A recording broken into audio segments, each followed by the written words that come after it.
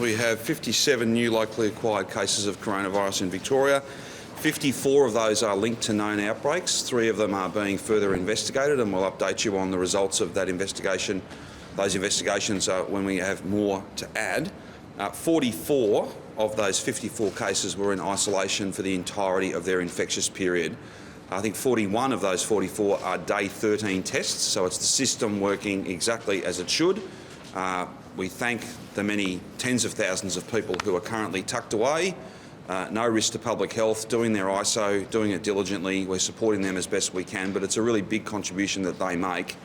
For those who have tested positive on their day 13 test, many of those 44 that we're talking about today, who are in isolation, they will in fact have to restart their isolation. They'll be in isolation for some of them for as many as a full 2 weeks. So we do thank them in advance of that work. It's the best of work on behalf of all of us.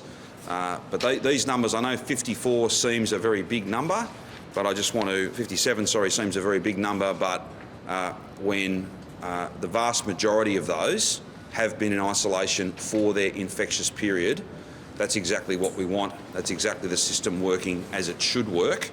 And it goes to that point we've made a number of times that the numbers, yes, they're important, but the story that sits behind those numbers is in fact more important than the numbers alone.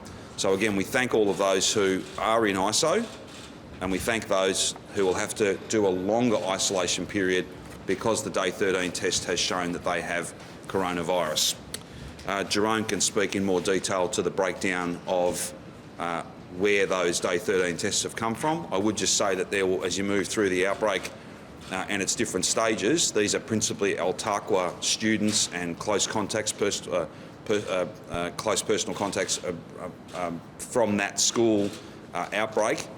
There'll be other parts of this that unfold over coming days, so we may see further cases that are exactly the same as a result of day 13 testing. There are some 296 active cases across the state. 16 people are in hospital. 3 of those are in ICU, and I'm told 1 of those is on a ventilator.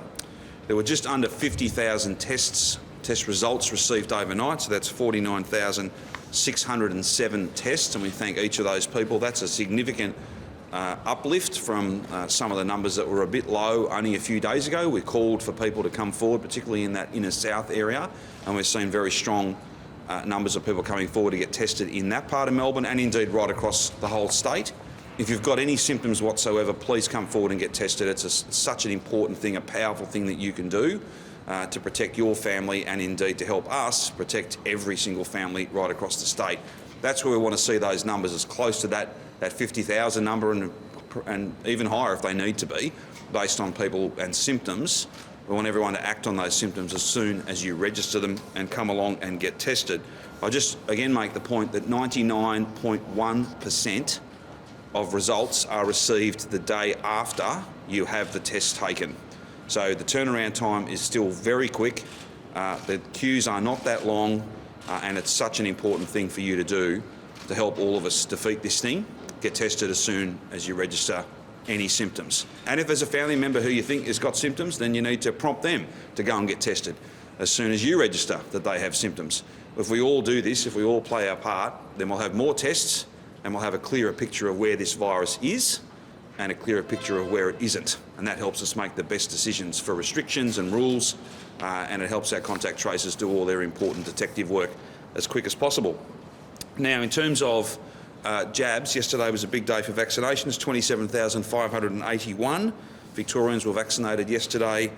That's in our state hubs. It takes us to 2,050,042, so over the 2 million mark, of doses administered in our state-run centres. That's something that all the staff who are doing that work can be very proud of, and of course the vaccination program exists beyond state-run centres. It's in GP clinics. It's in some pharmacies. It'll be in even more pharmacies quite soon. And we thank everybody who's involved in that, particularly those who've come forward to get vaccinated. Now, a couple of quick things further on vaccinations. I've got a couple of announcements to make. We said, you would all recall, just a week or so ago, we opened, we think, the country's first drive-through vaccination hub out at Melton. There's been some 1,200 doses that have been administered over the last week at that drive-through site at that old Bunnings store in Melton. We've indicated that we'd have 3 more drive-through centres that take it to a total of 4. They are as follows: the Eagles Stadium in Werribee, that'll be both drive-through as well as indoor vaccine program. That'll be opening up over the next week or so. We'll update you when we've got a clearer picture of exactly the day that will open, but there's a lot of work to get that stood up, and that's happening soon. In terms of the old Ford factory in Broadmeadows, that's a drive-through site, and that is being expanded to include a drive-through site, and it will be open for booked appointments from Monday the 23rd of August. And finally, the third of those 3, Sandown Racecourse out in the southeast. That's an existing site, but we'll expand it to include a drive-through, as well as that indoor vaccination hub, and that will be open to the public for booked appointments from Saturday the 21st of August.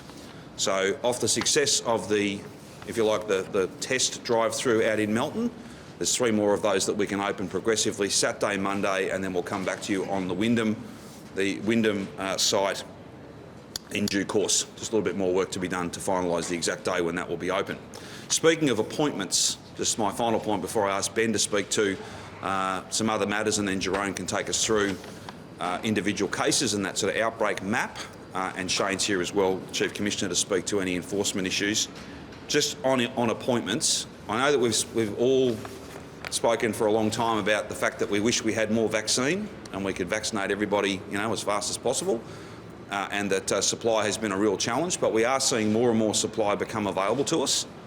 We announced some 300,000 additional appointments last weekend and the weekend before. So there are appointments out there available right now. So to give those at home watching and listening a sense, at the old Ford factory, there are 2,869 appointments during the next week. So there are appointments over the coming 7 days that don't have names beside them. They are available, they are free. If you go online, you can book one of those appointments right now. At Bendigo Health, there are 2,545 empty appointments, free appointments, appointments that you can take one of. Plenty Ranges Arts and Convention Centre at South Morang, 2,247. The Melton Indoor Vaccination Centre at Woodgrove, 1,640 appointments that are open, available to people who book them. Sandown Racecourse, similarly 1,046, and the Melbourne Showgrounds 1,042. They're not the only ones that are available. That's just a sample of some well-known locations. In aggregate, over the next week, we have some 26,000 bookings that are free as I stand here right now. And the split is 14,000 Pfizer and 12,000 AstraZeneca. So there are appointments there. They're ready. The teams are ready to put a jab in your arm. You just need to book, and you can book with confidence. There are spots, and progressively, as we get closer to September and well through September, when Moderna starts to arrive, when more and more Pfizer starts to arrive, we'll be able to speak about many more appointments than this. But that's not a reason to delay. This is available now. Get online, book an appointment, turn up, and you will be processed as fast as possible, and you will have played a really powerful part in keeping yourself safe, your family safe, and indeed every single Victorian safe. This is our way out in the long term. So I would commend people to get online, make a booking, and there are literally thousands of appointments available in just the next week and over the next 5 weeks as we look to get 1 million jabs in 1 million arms.